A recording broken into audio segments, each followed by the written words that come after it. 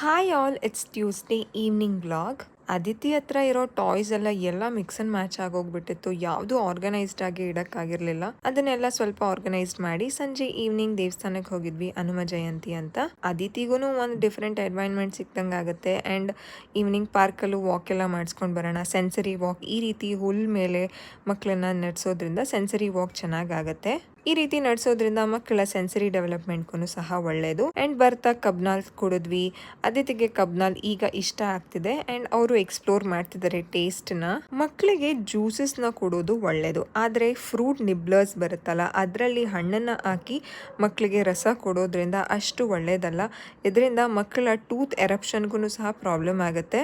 ಹಣ್ಣಲ್ಲಿ ಸಿಗುವಂತಹ ಫೈಬರ್ ಅಂಶ ಫ್ರೂಟ್ ನಿಬ್ಲರ್ಸ್ನ ಕೊಡೋದ್ರಿಂದ ಮಕ್ಕಳಿಗೆ ಫೈಬರ್ ಅಂಶ ಸಿಗೋದಿಲ್ಲ. ಆ್ಯಂಡ್ ಫ್ರೂಟ್ ನಿಬ್ಲರ್ಸ್ನ ಕ್ಲೀನಾಗಿ ಹೈಜೀನ್ ಆಗಿ ಮೇಂಟೈನ್ ಮಾಡಲಿಲ್ಲ ಅಂತಂದರೆ ಮಕ್ಕಳಿಗೆ ಇನ್ಫೆಕ್ಷನ್ ಸಹ ಆಗುತ್ತೆ. So please be careful.